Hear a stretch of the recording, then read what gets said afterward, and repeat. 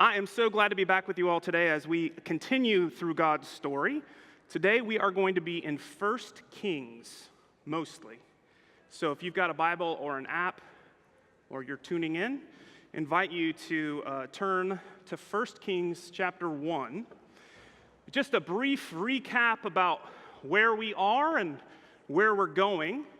1 Kings and 2 Kings are the last two books of something that we call the Deuteronomistic history. So if you start with Deuteronomy and go through Joshua and Judges, 1st and 2nd Samuel, 1st and 2nd Kings, there's some different interpretations about why those are linked together. But essentially, if you remember Moses reminding the people all the way back in Deuteronomy about the importance of loving the Lord your God with all your heart, soul, mind, and strength, of following God only, those kinds of things are super important in the Deuteronomistic history, and we see that as it's traced through all of those books. 1 Samuel, we have the prophet Samuel. In 2 Samuel, we're introduced to the prophets Nathan and Gad, and those guys are going to continue after Samuel dies. In 2 Samuel, we learn about the kingdom of David, right? He takes over from Saul. And now we're going to transition into the next king, who is Solomon. Those of you who have paid any attention through history, either in the Bible or in the secular world, know that the succession for royalty is often fraught with some interesting challenges. Those of you who maybe watch a particular show that comes on HBO and has one more season know this in the fantasy world as well.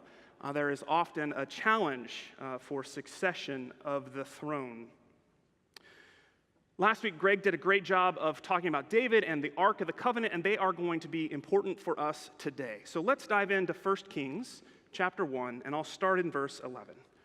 Now David was old and advanced in years, and although they covered him with clothes, he could not get warm.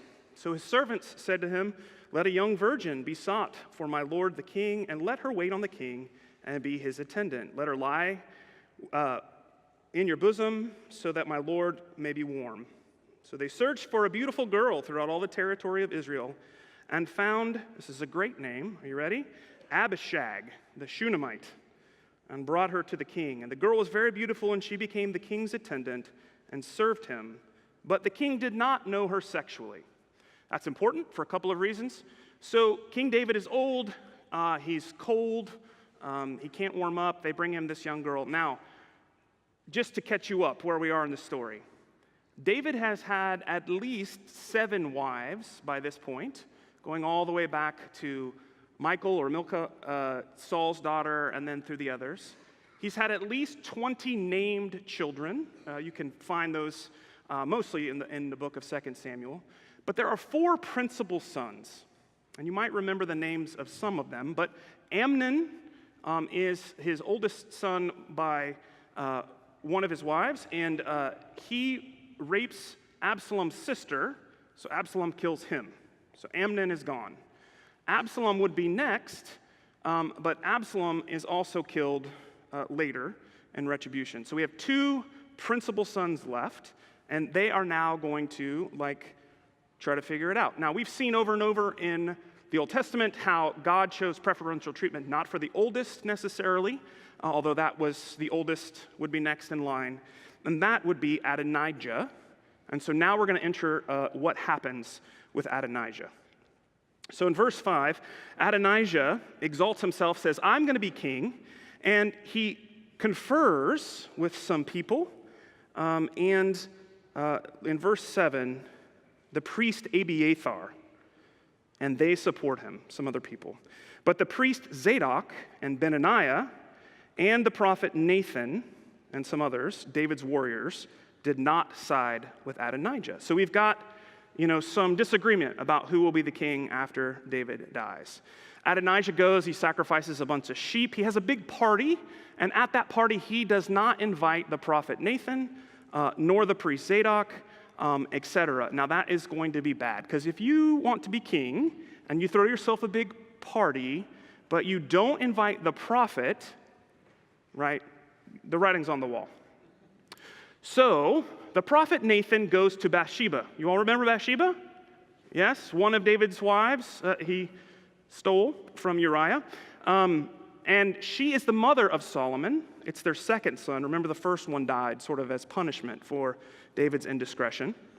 So Nathan the prophet goes to Bathsheba and says, hey, we think your son Solomon should be king, but his brother Adonijah has sort of propped himself up. So you are like David's favorite wife. Why don't you go to him and tell him, remind him, actually. You should remind him that he promised that Solomon would be the ruler. And so she does. And so she goes and talks to him, and basically that's going to happen. In verses 32 through 44, and we've seen this before, remember? The Bible sometimes tells you what's about to happen, it tells you what happens, and then tells you about how it happened, right? So that section is there. So essentially, the prophet Zadok, the priest Zadok, the prophet Nathan, Benaiah, all these guys, they go down, they have Solomon ride on King David's own donkey. That's symbolic, right? And they blow the horn and they declare him the king. And all the people are following him and rejoice. There's a problem. His brother's still alive. So that has to get taken care of. And Adonijah is going to end up dying. Everybody good? Chapter 2, David's going to die. And before he dies, he's going to give a blessing. And his blessing is this, chapter 2, verse 2. He says, be strong and be courageous. We heard that a lot earlier. You might remember the book of Joshua. And keep charge of the Lord your God, walking in his ways and keeping his statutes, his commandments, his ordinances, and his testimonies. It is written in the law of Moses so that you may prosper in all that you do and wherever you turn. Then the Lord will establish his word that he spoke concerning me. If your heirs take heed to the way to walk before me in faithfulness, they shall not fail to be a successor on the throne of Israel. So it's that Deuteronomistic, if we follow the laws of God as God's given to them through Moses, God will be faithful and there'll be a member of David's household on the throne of Israel forever. So then in verse 10, David sleeps with his ancestors and he's buried in the city of David. What's the city of David? I heard it, Bethlehem, right? So that's important. It's going to be super important for us through the season of Advent as we hear about the census and we hear about Mary and her husband Joseph traveling to Bethlehem where our Lord is born in the city of David. David reigns for 40 years as king. And just a reminder, that number 40, particularly in the Hebrew Bible, means it's a perfect number, right? It's come to fullness. David's son Solomon will also reign for 40 years. Moses was on top of the mountain for 40 days and 40 nights. In the flood, it rained for 40 days and 40 nights. It's a number of completion. So we are to glean from this that David and his kingdom was very good. Now, we got to deal with Adonijah.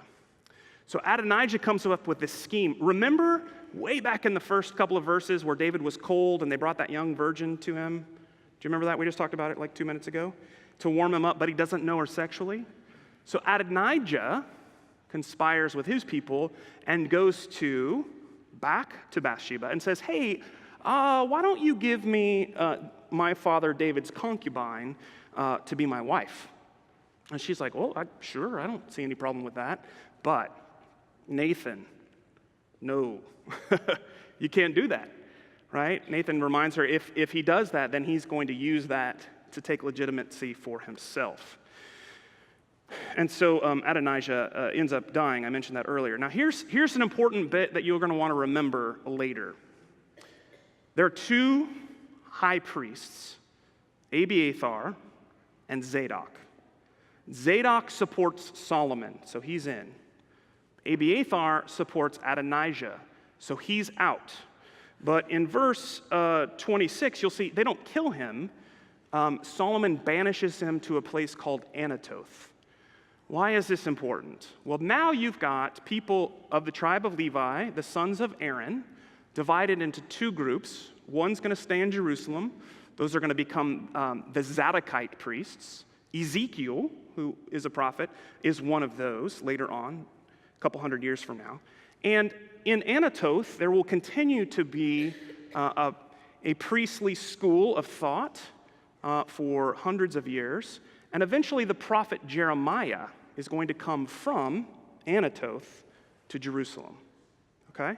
So we're beginning to see division between the northern and southern kingdoms even before we get to next week when the kingdom is in fact divided. And we begin to see a division even within the line of priests. And so that's going to be a significant thing. Questions or comments? Anybody good? All right, we'll keep going. So we're going to cover Solomon in like 15 minutes. Are you ready? There it goes. So chapter 3, Solomon. He's a king.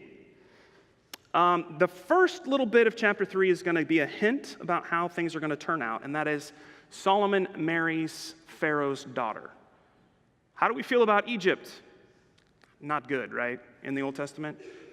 Remember, our experience with Pharaoh has not been pleasant. He's enslaved the people and those kinds of things. There's been many battles, etc. But Solomon is wise, and he's going to pursue a political marriage first here. So he marries the daughter of Pharaoh. That's all we hear about that for just a second. And then in verse 2, something interesting happens.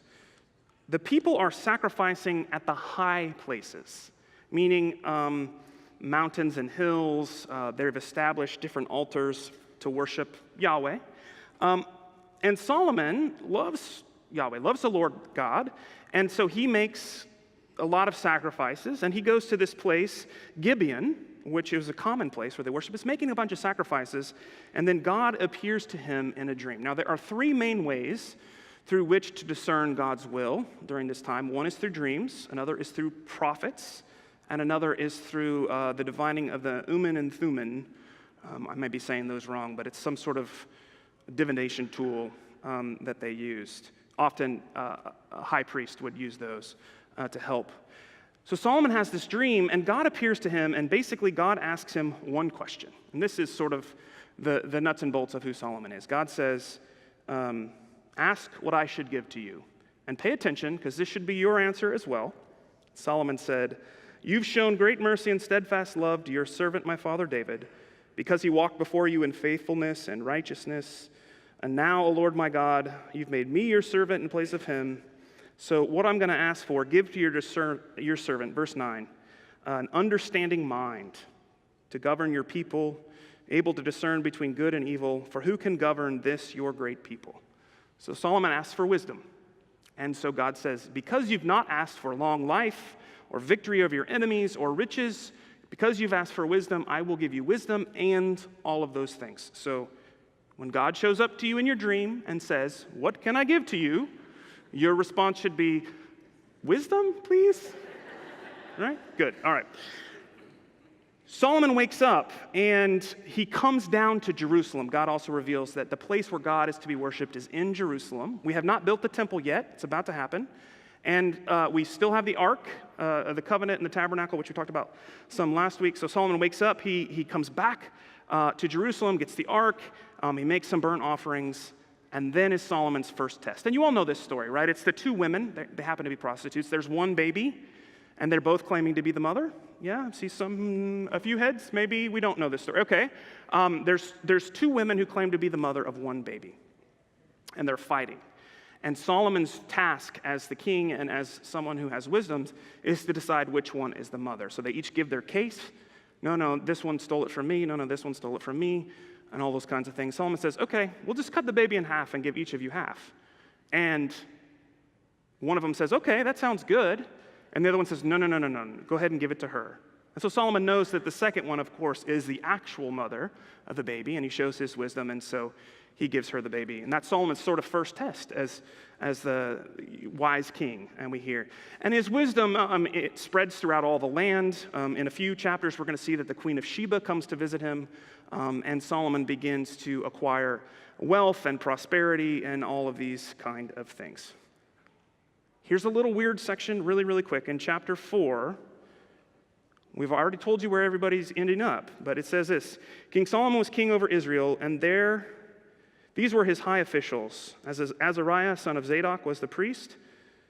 Eloreph and Ahijah, sons of Shisha, were secretaries. Jehoshaphat, son of Ahihud, was recorder. Benaniah, son of Jehoiada, was the commander of the army. And Zadok and Abiathar were priests. And then, what?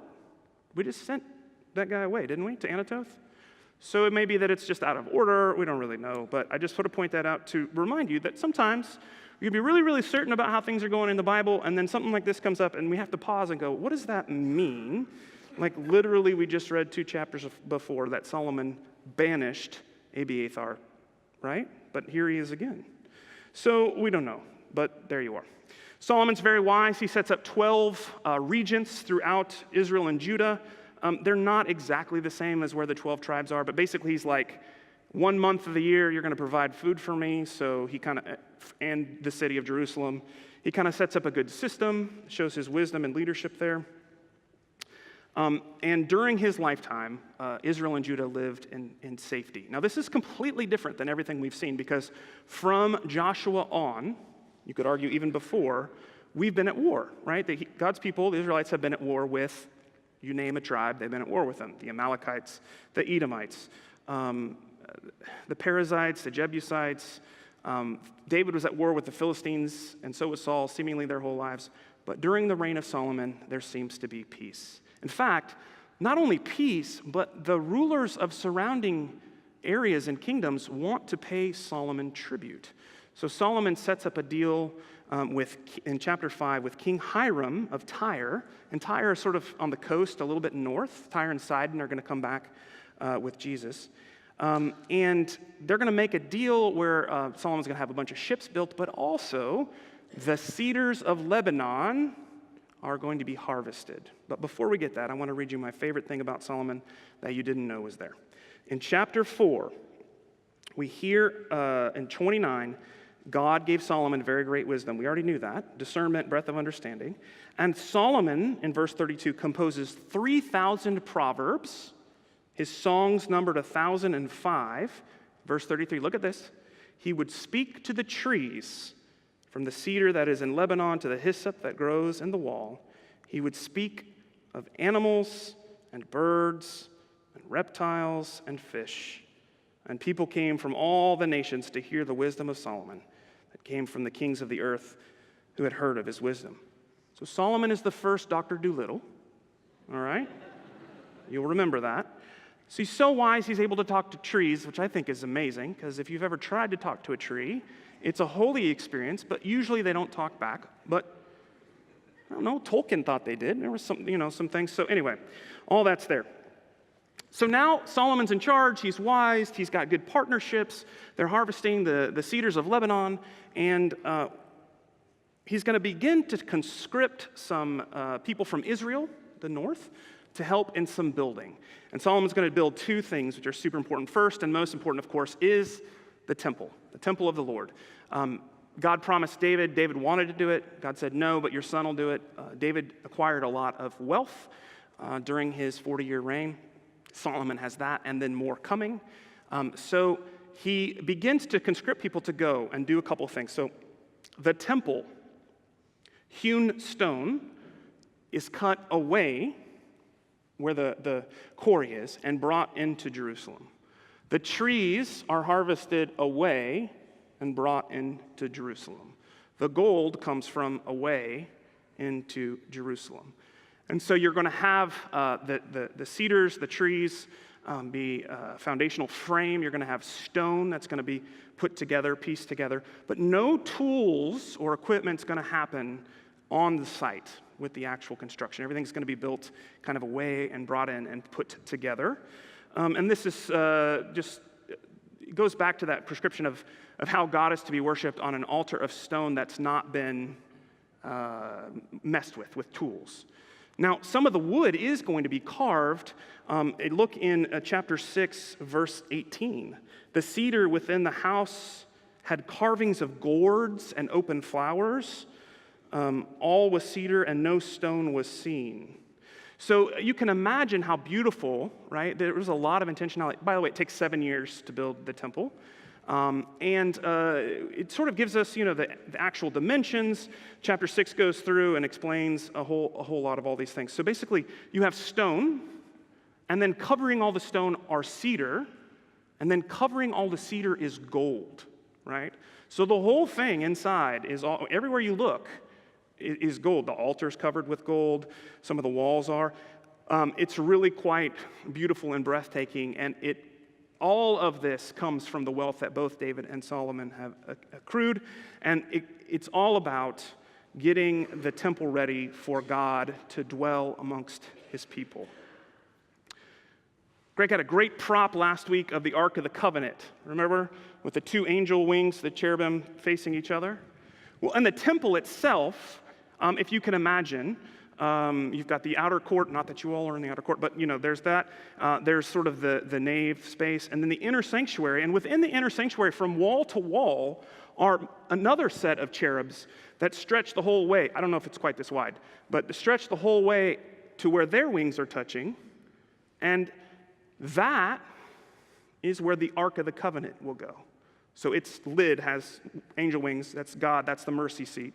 So the tabernacle that we had with Moses in the wilderness is designed to fit inside of the temple, right?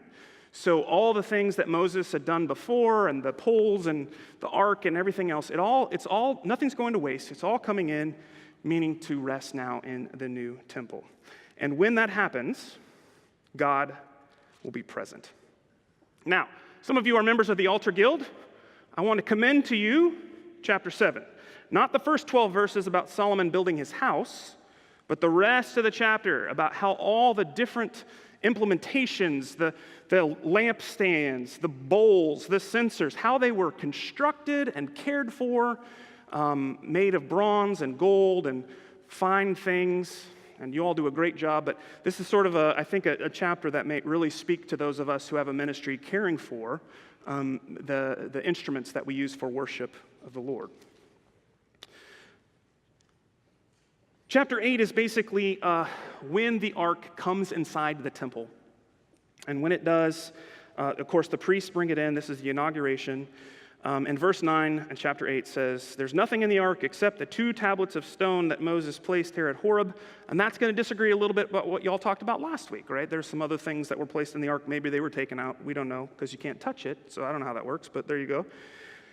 And so it goes in, and Solomon then says, in verse 12, "The Lord has said that he would dwell in thick darkness. I've built you an exalted house, a place for you to dwell forever." The king turns around and blesses the assembly. It's not the priest here, but the king, again, blessing.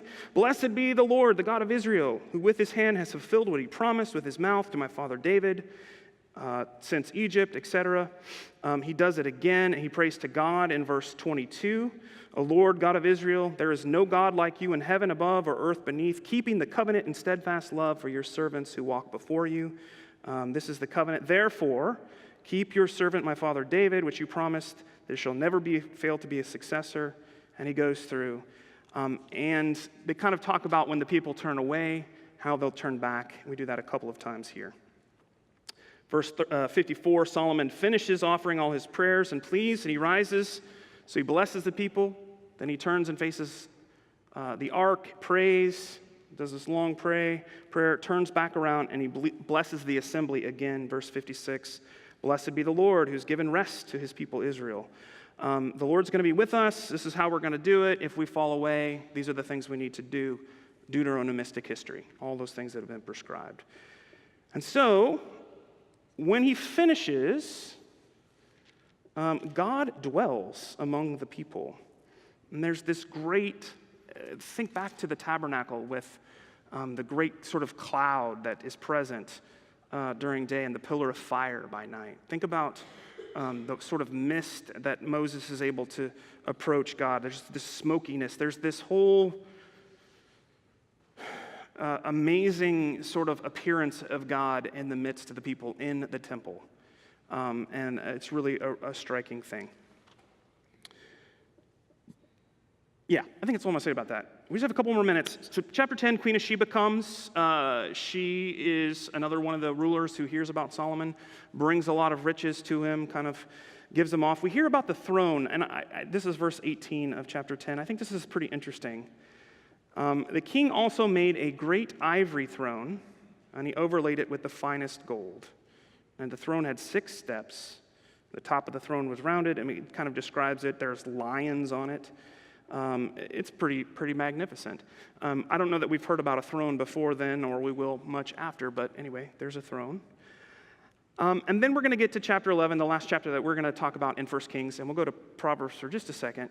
And chapter 11 starts this way. King Solomon had many foreign women, along with the daughter of Pharaoh. He loved them. There's a very clear prescription in the Deuteronomistic history and a much more clear prescription after the exile in Ezra and Nehemiah that the sons of Israel, the men of Israel, should not marry foreign women. And the reason is because they will lead you astray from worshiping the one true God, right? It's not because they're not pretty or they have bad manners or they don't bathe or something like that. It's because they worship other gods. And God's been very clear about that. We got that little hint about him marrying Pharaoh's daughter, but he has a bunch. And in fact, if you keep looking here in verse 3, among his wives were 700 princesses and 300 concubines, and his wives turned away his heart. All right, guys, so 1,000 women. One is often too many for me. I don't know 1,000, but there you go. So he's old, his wives turn his heart to worshiping other gods, and he makes sacrifices to beings or imaginations or idols that are not God, and God becomes angry. Surprise! I mean, we just had all this stuff. We know it's been going on for forever, and so an enemy is raised up against him, an Ephraimite, and they are going to rebel against the king, and the kingdom is going to become divided into 2. And just the very end of chapter 11, starting in verse 39, God promises to leave one tribe with David, and that's part of how the kingdom is divided. In verse 39, for this reason I will punish the descendants of David, but not forever. Solomon sought, therefore, to kill Jeroboam, but Jeroboam promptly fled to Egypt. And now the rest of the acts of Solomon, verse 41, all that he did as well as is written, are they not written in the books of the Acts of Solomon? The books of the Acts of Solomon, where's that? Anybody got it? It's with the books of Jasher, it's with the books of the Annals of the Kings. We don't have those books, but the Bible makes reference to them. So remember, there are other texts that are being used to construct these things. That time, Solomon reigned in Jerusalem all over Israel was 40 years. And Solomon slept with his ancestors and was buried in the city of his father David, and his son Rehoboam succeeded him. Now that guy is a punk, but we'll hear about him next week. So Solomon dies, and he gets buried in Bethlehem. Remember, Hebron, it's not too far from Bethlehem or Jerusalem, is the place where a lot of people the patriarchs are buried, right? Abraham and Sarah and Isaac, Jacob, and all those people are buried there. And now the kings are beginning to be buried in Bethlehem. It's going to become an important city for that reason. As we finish up today, we were supposed to read some Proverbs. So if you got a Bible or an app and you want to switch over to Proverbs, it comes after Psalms. So 150 Psalms in the traditional Bible. There's one more in our Apocrypha, if you are interested, Psalm 151. And we just read that, Solomon wrote, 1,000 Proverbs? A bunch of Proverbs. And we have some of them here. Solomon is the author attributed to 3 books of the Bible, Proverbs, Ecclesiastes, and the Song of Songs, or the Song of Solomon. And the tradition, particularly during the Middle Ages, this is really interesting, was that as a young man, he wrote this very passionate tale of a lover and beloved. It's an allegory many have interpreted for God's love for the church, Song of Songs. And then in his middle years, when he was a wise king, he wrote Proverbs. Proverbs are sayings of how to live, and we'll look at a couple just real quick. And then Ecclesiastes kind of at the end of his life, looking back. That's sort of the tradition. What I think is most interesting about that is the book of those 3, the book that most of the Christian mystics use is the Song of Songs. And it's this beautiful poetic language that is really about how much God loves God's people. It's really powerful in that way. And so I commend those to you as well as part of reading through God's story. Just real quick in Proverbs, what is the purpose of the book of Proverbs? 1:1, 1:2. For learning about wisdom and instruction, for understanding words of insights, for gaining instruction and wise dealing, righteousness, justice, equity, to teach. And then verse 7, the fear of the Lord is the beginning of knowledge or wisdom. Fools despise wisdom and instruction. Hear, my child, the instructions of your parents. The fear of the Lord, fear is to be understood here not as in horror or terror, but as in awe and wonder. Awe of the Lord is the beginning of wisdom. So Proverbs will go through if then. If you do this, then you will this. If you do this, then you will do this. It'll have a lot of sayings about how to be wise in the world. It's to avoid those who would lead you astray. It's to seek wisdom. Wisdom is personified in verse 20 of the first proverb as the feminine character of God. The Sophia is the Greek word, but there's this personification of wisdom as a person amongst the people, calling them, come, join me, be wise. You'll enjoy a long life. And so I just sort of commend the Psalms to you. We were going to kind of talk through 1 through 3, 6 and 20 and 21 today, and feel free to do that. It's more of the same. It's the Deuteronomistic history, as we've seen. Love the Lord your God, and here's how you do it. You live a wise life. I have time for 1 or 2 questions before we need to set up for lessons and carols. Solomon, we did it. Really quick. Yes.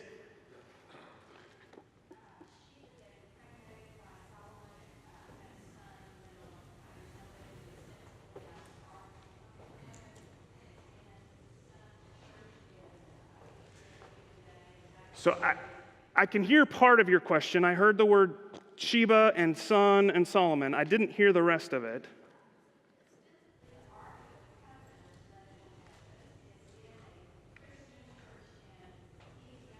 The Ark of the Covenant is in Ethiopia because Sheba took it back with her, or their son did, or something, right? Yeah, that is a tradition that's interesting, and I don't know that. I think when we look at just what the actual text says, I go back to 1 Kings chapter 9. Nope, chapter 10. We can see that their dialogue happens, and we can see the gifts that she's given to him. But I don't know that anywhere in here it says anything about them getting married or having children. It says in verse 13, meanwhile, King Solomon gave to the queen of Sheba every desire that she expressed, as well as what he gave her out of Solomon's royal bounty. Then she returned to her own land with her servants. So the biblical account, I don't know, has that story, but it is a very popular sort of story of what happened to the old. You could certainly interpret giving her every desire a son by Solomon as well. Yeah.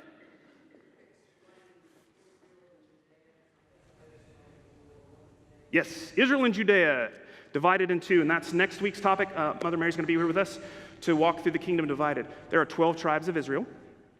As they settle into the land of Israel, the promised land, they're all together. And they are united after the period of Judges through Saul and David and Solomon, and then they will be divided. And part of that is punishment for Solomon for worshiping foreign wives. In the southern kingdom, we're going to call Judah, or it's called other things, but primarily Judah. And we're thinking of the land of the tribes of Benjamin, which is the tribe of David, right? Bethlehem, think Jerusalem, those kinds of things. That's the southern kingdom, Judah. And 10 tribes, essentially, are going to be the northern part. All the tribes north of that, think up to Galilee, et cetera, from the land. And we're going to call that Israel. Now, the whole thing is Israel, right? Because it's the 12 tribes of the 12 sons of Jacob who is Israel. But as the kingdom becomes divided, we're going to call the southern Judah and the northern Israel. Does that help? Sort of, a little bit? We'll hear some more about it next week. Thank you all so much. Thank you for continuing to engage with God's story. It's really great to be with you all. Mary will be here next week. We're off for a couple weeks. January 6th, we're back at it, looking at the prophets Elijah and Elisha. The Thursday class will not continue in person, but will continue online. We'll pick up the chapters that we don't cover on Sunday, and that'll be posted to the website pretty much every Thursday as we go through. Great to be with you all. Thank you.